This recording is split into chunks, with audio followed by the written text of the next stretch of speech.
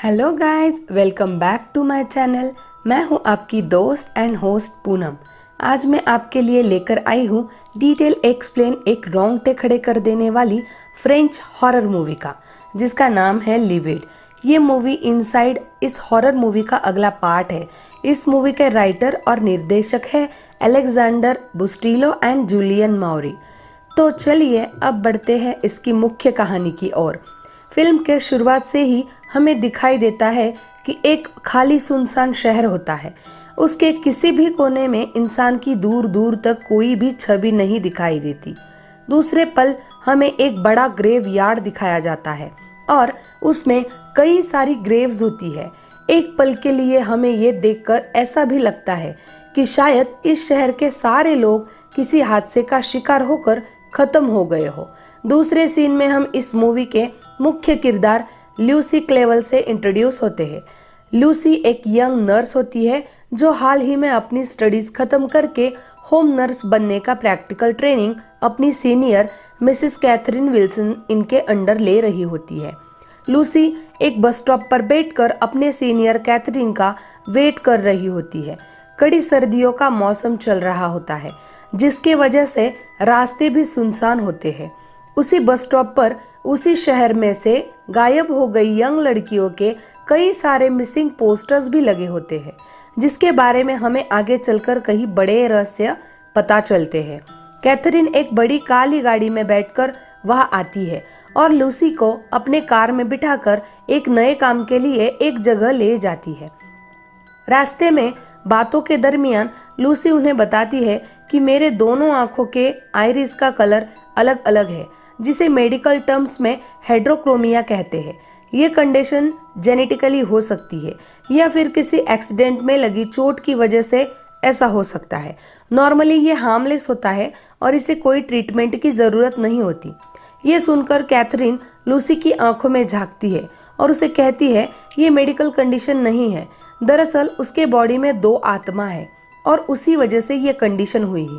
ये सुनकर लूसी चौंक तो जाती है, पर उसका इन सब बातों पर विश्वास न होने के कारण वो इस बात को इग्नोर कर देती है। फिर पहले वो बूढ़े मेल पेशेंट के घर जाते हैं जिन्हें रोजाना एक इंजेक्शन देना होता है। वो आदमी इंजेक्शन लेते वक्त बहुत ही हाइपर हो जाता है, पर इसी वक्त लूसी उनसे बातें करके उन्हें कंफर्टेबल कराती है और बातों बातों में ही इंजेक्शन दे देती है और वो पेशेंट एकदम शांत रहता है। ये देखकर मिस कैथरीन इम्प्रेस हो जाती है। अगले सीन में वो एक घने जंगल से होते हुए एक पुराने मैंशन के बाहर पहुंच जाते हैं। कैथरीन लूसी से कहती है कि तुम इस पेशेंट को हैंडल करके लिए अभी नहीं हो, इसलिए तुम्हें यहाँ आने की जरूरत नहीं है, इसीलिए तुम कार में ही मेरा वेट करो। कार में बैठे बैठे लूसी का इंटरेस्ट बढ़ जाता है और न रहकर भी वो उस मेंशन की ओर चली जाती है। शुरुआत में तो वो उसे कोई पुरानी और डरावनी जगह महसूस होती है और ऐसी जगह शायद ही कोई रहता होगा, ऐसा ख्याल उसके दिमाग में आता है। पर कैथरीन यहाँ किसे देखने आई होगी, ये ख्याल उसे अंदर जाने के लिए मजबूर कर देता है। अंदर जाते ही लूसी देखती है कि वो एक डरावनी जगह होती है। ऊपर जाने वाली सीढ़ियों के साइड में डरावने जानवरों के सर टंगे हुए हैं और आगे चलकर उसे एक सुंदर बेले डांसर की तस्वीर दिखती है, जिसमें एक पल के लिए लूसी खो जाती है। आगे चलकर एक बड़ा कमरा होता है और उसमें एक बेड पर एक लेडी पेशेंट ऑक्सीजन सपोर्ट पर बहुत ही नाजुक हालत में लेटी हुई होती है और उसके बॉडी में बाहर से खून चढ़ाया जा रहा होता है। कैथरीन लूसी के ऊपर आने की हरकत से इम्प्रेस हो जाती है, क्योंकि उसने नर्स का धर्म निभाया होता है।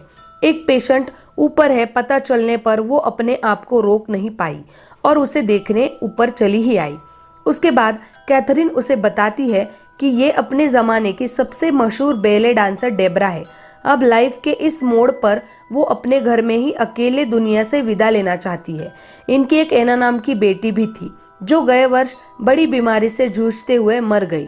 फिर वो लूसी से कहती है कि इनके पास बहुत बड़ा खजाना है और इन्होंने उसे इसी मेंशन में कहीं छुपाया है। मैंने यहाँ सभी कोने कोने को ढूंढा है, पर मुझे तो कुछ नहीं मिला।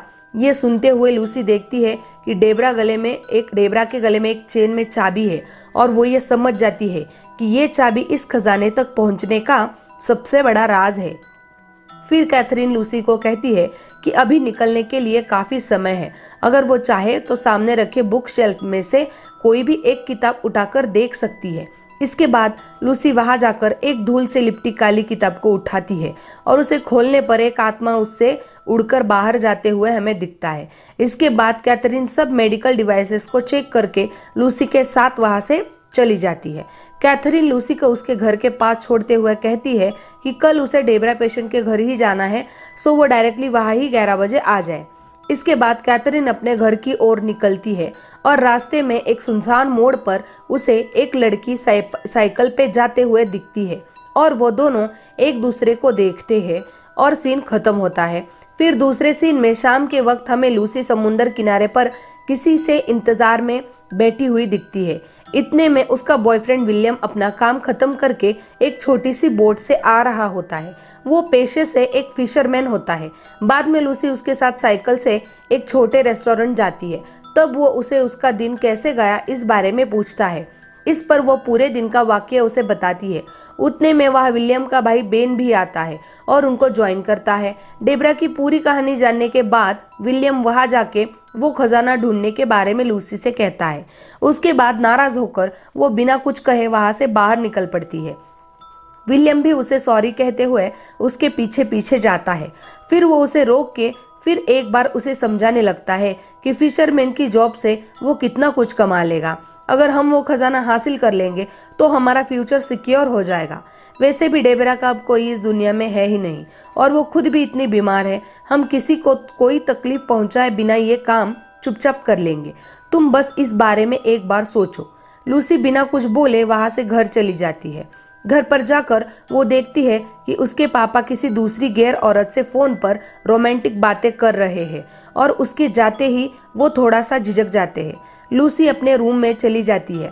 कुछ देर बाद उसके पापा भी उसके रूम में आकर उसे कहते हैं कि वो अपनी बीबी यानी तुम्हारी माँ से बहुत प्यार करते थे, पर अब उसके मरने के बाद वो काफी अकेलापन महसूस कर रहे हैं और इस नई औरत को भी पसंद करने लगे हैं।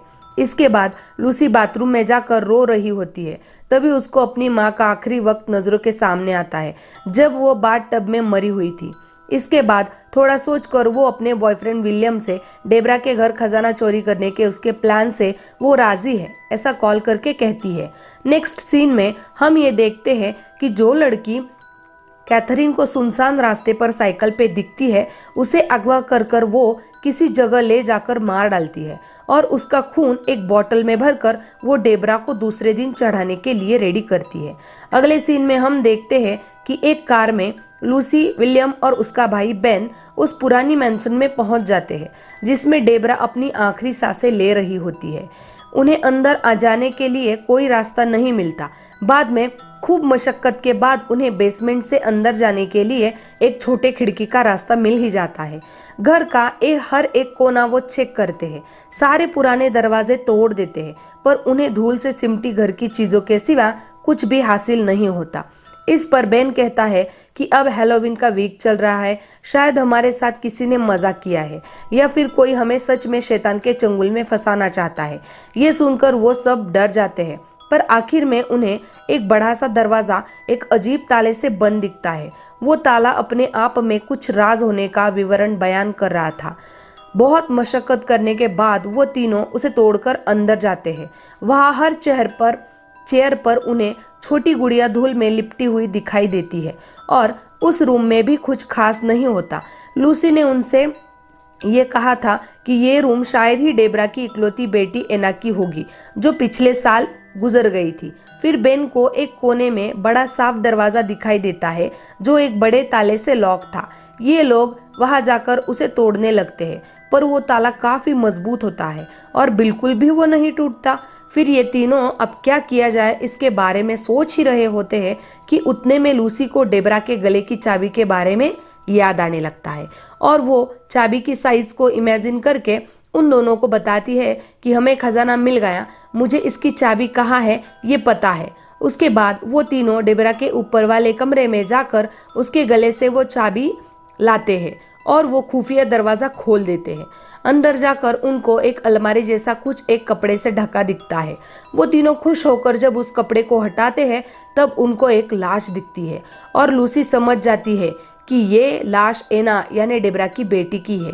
उस लाश के ठीक नीचे एक लॉक होता है जिसे ये उसी चाबी से खोलते हैं। तब ये लाश अचानक से गोल गोल घूमते हुए बैले डांस करने लगती है और उसकी हिलने की वजह से उसे बांधी हुई रस्सी टूट जाती है और सब जगह अंधेरा होता है। ये दृश्य देखकर विलियम घबरा जाता है और उस लाश को एक पंच देकर सबको भागने के लिए कहता है। उतने में उन तीनों को ऊपर से किसी की चिल्लाने की आवाज आती है और वो समझ जाते हैं कि हमने डेबरा को भी जगा दिया है। फिर वो उसी बेसमेंट वाली खिड़की से होकर बाहर निकलने के लिए जब जाते हैं तब वो देखते हैं कि वो खिड़की बाहर से किसी ने बंद कर दी है और उनका पीछा करते करते डेबरा वहां आती है। वो तीनों उससे बचकर फिर ऊपर चले जाते हैं। तब भागते भागते बेन उनसे अलग हो जाता है और रूम में रखे एक आईने में डेबरा को अपने पीछे पाता है। फिर वो उसे खींचकर एक रूम में ले जाती है जिसमें कई गुड़िया आ जाती है और वो बेले डांस करते हुए उसके सिर पर हथौड़े से मारती है। इसके बाद बेन कमजोर पड़ता है और वो सब उसका खून पीने लगती है। वही दूसरी ओर विलियम और लूसी बाहर निकलने के लिए एक बंद खिड़की को खोलने की कोशिश कर रहे होते हैं। तभी पीछे के एक कमरे से लूसी को कोई बुलाने का आवाज आता है। वो विलियम को इस बारे में जब कहती है तब वो उसे चिल्लाकर इस बात को नजरअंदाज करने के लिए कहता है। लूसी उस आवाज में खोकर उस रूम में चली ही जाती है। उस रूम में उसे डेबरा एक चेयर पर बैठी दिखती है और वो उसे बैठने के लिए सामने वाली चेयर को देकर इशारा करती है। चेयर पर बैठने के बाद लूसी को ये दिखता है कि डेबरा अपने घर में कुछ छोटी लड़कियों के साथ बैले डांस का क्लास ले रही है। वो काफी स्ट्रिक्ट टीचर मालूम होती है। एक लड़की की स्टेप में गलती होने पर वो उसे काफी डांटती है और कोने में खड़े रहने के लिए कहती है। उस लड़की को खड़े देख पास वाले कमरे से आवाज देकर एना उसे बुलाती है। जब वो लड़की उस कमरे में जाती है तो कुछ देर बाद उसकी जोर से चिल्लाने की आवाज डेबरा को सुनाई देती है। फिर वो तुरंत क्लास को खत्म कर उस रूम में जाकर देखती है तो एना उन्हें उसका खून पीकर बैठी है ऐसा दिखता है। वो चिल्लाकर उसे कहती है कि तुम कितनी शैतानी करती हो, अपने कमरे में ठीक से नहीं खेल सकती, तुम्हें इस गंदी आदत को छोड़ना होगा। इस पर गुस्सा होकर एना घर के बाहर भागती है पर वो एक वैम्पायर होने के कारण धूप को सहन नहीं कर पाती और कमजोर होकर वो गिर जाती है। फिर वह उसकी माँ डेबरा आकर उसे उठाती है और घर ले जाती है। उसके डांस क्लासेस लेते वक्त एक पोज सिखाते हुए वो उसके बैक पर कड़ा जोर डालती है और उसके बाद इंटरनल इंजरी की वजह से एना मर जाती है। इसके बाद अचानक से लूसी अपने आप को उस रूम में अकेला पाती है और बाहर की ओर विलियम की तलाश में चलने लगती है। इसी बीच विलियम के ऊपर हमला करने उसका भाई बेथ आता है जो अब एक वैम्पायर बन चुका होता है। पहले तो विलियम समझ नहीं पाता ये क्या हो रहा है पर बाद में उसे पता चलता है कि उसका भाई अब नॉर्मल नहीं रहा। फिर हाथापाई के दौरान उस पर एक नुकीले चीज से वार करके उसे मार देता है। उतने में वह डेबरा आकर विलियम पर हल्ला चढ़ा देती है और उसका मुकाबला करते करते विलियम हार जाता है और उसका खून पीकर डेबरा अपनी प्यास बुझाती है। फिर आखिर में बच्ची लूसी चलते चलते एना के रूम में जाती है और उसे देखने लगती है। एकदम अचानक से एना होश में आकर लूसी के ऊपर हमला कर देती है। फिर एक जोरदार पंच एना को मार कर लूसी अपने आप को बचाकर उस रूम से निकल ही रही होती है। तब नर्स कैथरीन वहां आती है और एक कैंची से लूसी को जख्मी कर वहां से ले जाती है। लूसी ये देखती है कि कैथरीन ने उस पर हमला किया है और वो भी इन सब में शामिल है। फिर वो बेहोश हो जाती है। बाद में हमें दिखता है कि कैथरीन लूसी को उसी जगह ले जाती है जहां वो लड़कियों और औरतों को अगवा करके उन्हें मारती है और उनका खून जमा करती है। लूसी वहां लेटी होती है और उसको हल्का हल्का होश आने लगता है। कुछ देर बाद वो कैथरीन से पूछती है कि ये सब क्या हो रहा है। इस पर कैथरीन उसे बताती है कि जब डेबरा द्वारा डांस सिखाते वक्त एना की मौत हुई थी तब वो भी वहां मौजूद थी। उसी की मदद से एना के बॉडी को अच्छे से प्रिजर्व करके डेबरा ऊपर वाले कमरे में बंद कर देती है। इतने में वहां डेबरा आती है और लूसी को बताती है कि मुझे अपनी बेटी एना को वापस नॉर्मल करने के लिए तुम्हारे जैसे ही किसी लड़की का शरीर चाहिए था। जिसके आंखों के आइरिस का रंग अलग अलग हो, जिसका मतलब शरीर में दो आत्मा हो। ये सुनकर लूसी समझ जाती है कि कैथरीन ने पूरे प्लान के साथ उसे इन सब में फंसाया था। फिर डेबरा अपनी बेटी एना के बॉडी को लाकर लूसी के पड़ोस में रखती है। फिर वो लूसी के आंखों को स्टेपल करती है और दोनों के गले में छेद कर एक कीड़े जैसे कुछ उसमें रखती है। फिर वो जादू करके उन कीड़ों द्वारा उन दोनों की रूह को आपस में बदल देती है, जिसके बाद एना की रूह लूसी की बदन में और एना के बदन में लूसी की रूह चली जाती है। जब उन दोनों को होश आता है तब नया शरीर पाकर एना खुश तो होती है, पर लूसी को अपने बॉडी में तड़प के देखकर वो मायूस होती है। वह लूसी अपने शरीर को खराब महसूस कर पहले एना को हो रही तकलीफ को महसूस करती है। इसके बाद तुरंत ही डेबरा की अंदर टीचर जग जाती है और वो एना को उसी डांस स्टेप को रिपीट करने के बारे में बोलती है जिसकी वजह से उसकी मौत हुई थी।